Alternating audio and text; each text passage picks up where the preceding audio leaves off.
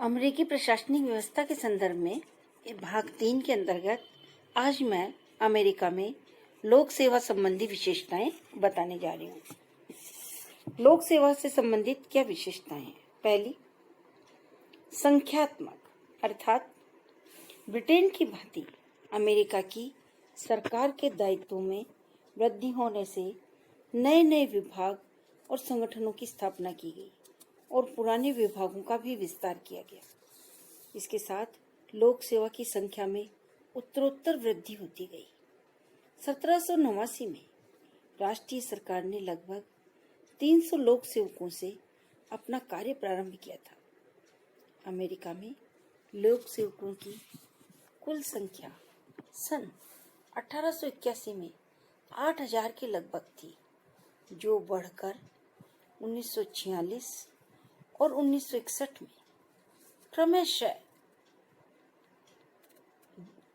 क्रमशः ये करीब 21 लाख के लगभग और 24,84,000 हो गई। एक अनुमान के अनुसार 1988 में देश में काम करने योग्य जनसंख्या का लगभग 14% लोक सेवा में कार्यरत था। स्पष्ट है कि वर्तमान में नई आर्थिक नीति के तहत व्यवसायों का अधिकाधिक निजीकरण किया जा रहा है। अनेक कृत जो पहले सरकार के पास थे, उन्हें निजी क्षेत्र में देने के कारण लोक सेवकों की संख्या अब कम होने का क्रम शुरू हो गया है। लोक सेवकों की संख्या पर विपरीत प्रभाव कंप्यूटर के प्रयोग का भी पड़ रहा है। इससे स्पष्ट है कि संख्यात्मक दृष्टि से यह 1988 तक निरंतर बढ़ रही थी, लेकिन अब धीरे धीरे लोक सेवाओं में लोक सेवकों की संख्या कम होती जा रही है।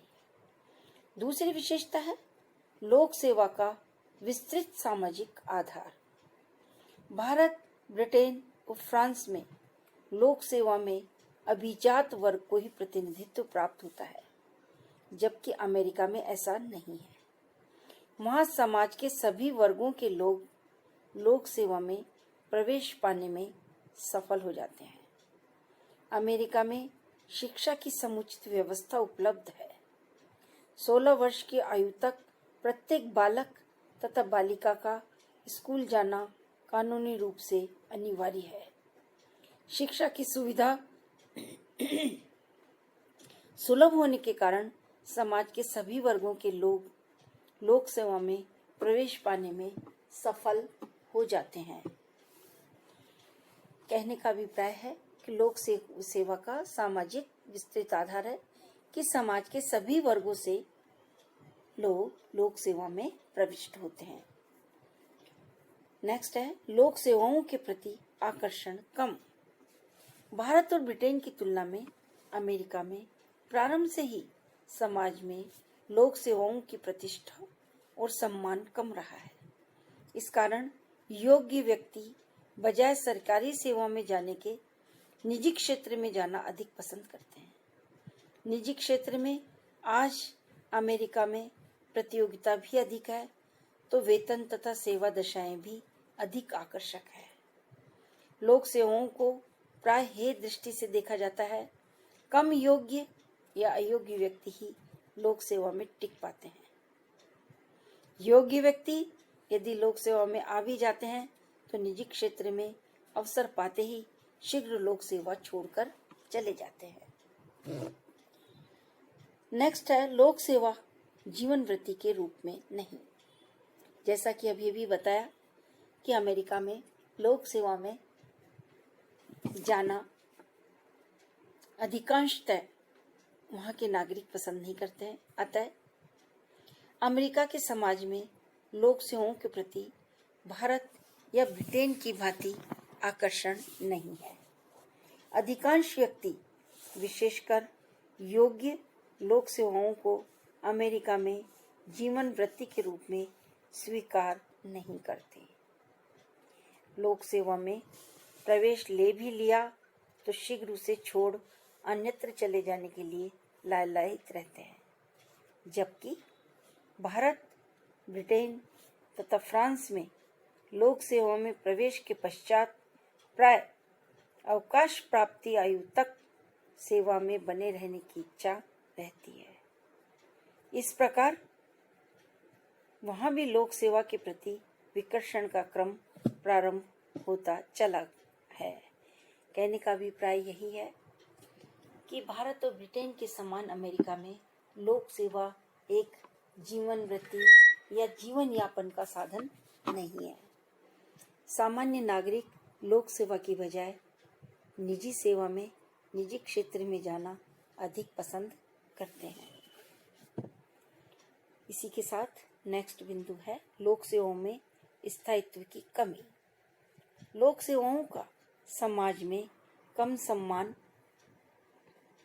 लूट प्रणाली, वेतन तथा सेवा दशाएं निजी क्षेत्र की तुलना में कम आकर्षक, समाज में लगभग पूर्ण रोजगार की स्थिति और लोक सेवा में भारत, ब्रिटेन, फ्रांस की तुलना में अधिक उम्र तक प्रवेश की अनुमति होने के कारण सेवाओं में लोग अधिक समय तक नहीं ठहरते।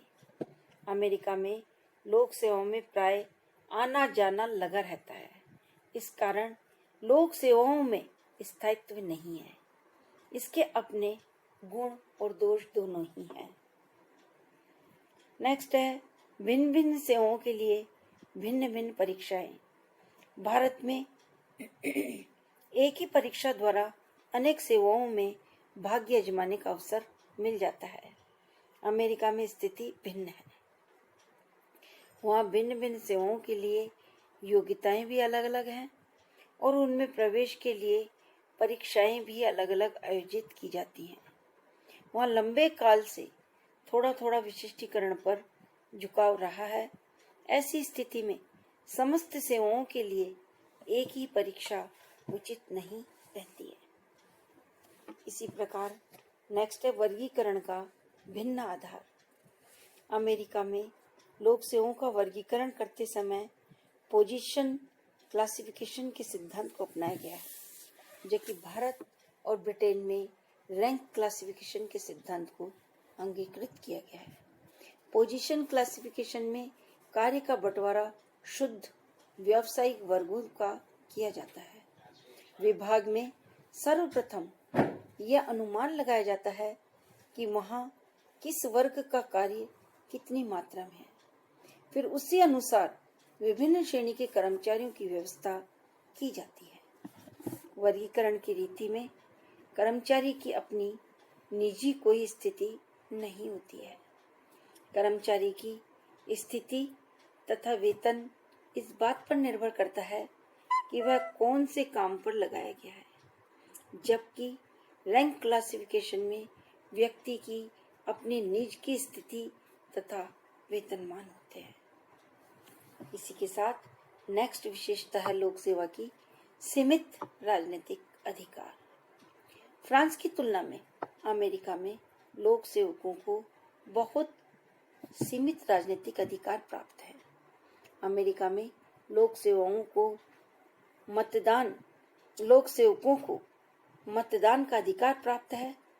वे राजनीतिक समस्याओं तथा संबंधित व्यक्तियों पर अपने विचार प्रकट कर सकते हैं, लेकिन ऐसा करते समय वैध रूप से लागू परिसीमाओं का उल्लंघन न करने का दायित्व लोक सेवकों पर है। अमेरिका में लोक सेवक किसी भी राजनीतिक दल के सदस्य नहीं बन सकते हैं और न ही वे दल में कोई पद ही ग्रहण कर सकते हैं। उन्हें राजनीतिक क्लब का सदस्य बनने की अनुमति अवश्य है। वे चाहें तो स्वेच्छा से स्वयं किसी राजनीतिक दल को चंदा दे सकते हैं, लेकिन किसी राजनीतिक दल के लिए चंदा एकत्रित करने के लिए उन्हें वर्जित किया हुआ है। किसी व्यक्ति पर किसी राजनीतिक दल को चंदा देने के लिए वे दबाव भी नहीं डाल सकते। अमेरिका में लोक सेवकों को राजनीति में सक्रिय भूमिका का निर्वाह करने की अनुमति प्राप्त नहीं है। अमेरिका में लोक सेवकों के द्वारा किसी राजनीतिक दल के प्रचार कार्य में भाग लेने की अनुमति भी नहीं है। वहां कोई भी लोक सेवक अपने सरकारी पद और प्रभाव का इस प्रकार उपयोग नहीं कर सकता जिससे कि चुनाव के परिणाम पर प्रभाव पड़ सके। कोई भी लोक सेवक सार्वजनिक जीवन में किसी भी ऐसे पद के लिए प्रत्याशी नहीं हो सकता जिसे निर्वाचन द्वारा भरा जाता है। अराजनीतिक समस्त संगठन, विद्यालय प्रबंध समिति, महाविद्यालय के प्रबंध मंडल इत्यादि इस प्रतिबंध से बाहर माने जाते हैं। इसी प्रकार के प्रतिबंध लोक सेवकों के द्वारा गठित संगठनों पर भी लागू होते हैं। वहां यह सिद्धांत स्वीकार किया गया है कि जो प्रतिबंध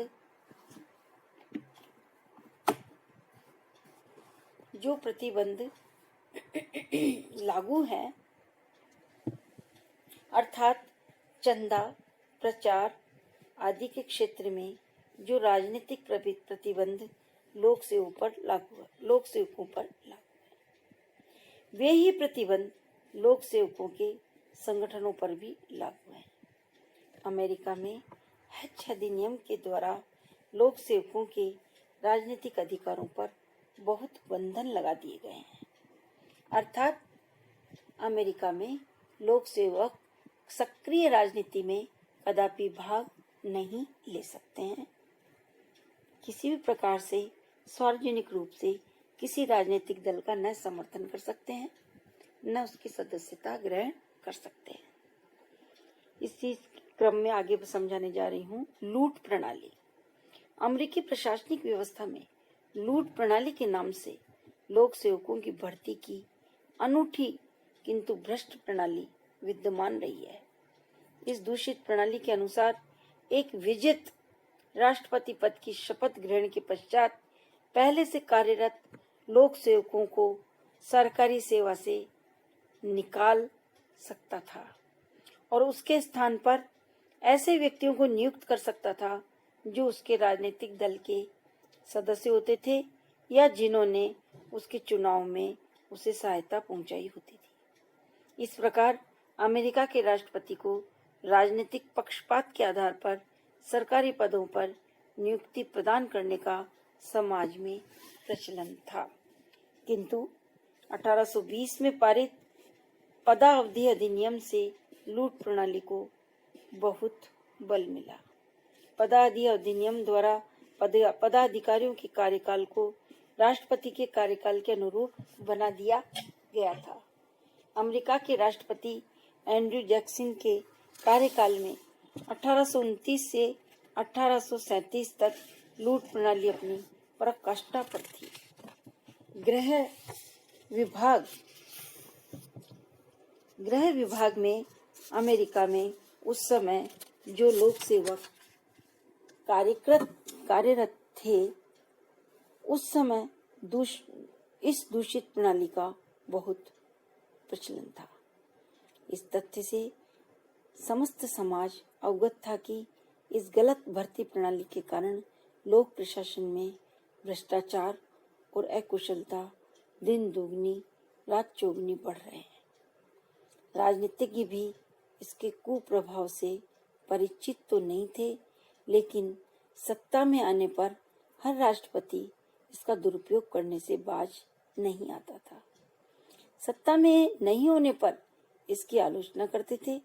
इस कारण इस भ्रष्ट प्रणाली का दूषित चक्र कभी थमता ही नहीं था। सन 1881 में इस प्रणाली से पीड़ित सरकारी सेवा में पद के एक असंतुष्ट जिज्ञासु ने अमेरिका के राष्ट्रपति गारफील्ड की हत्या कर दी थी।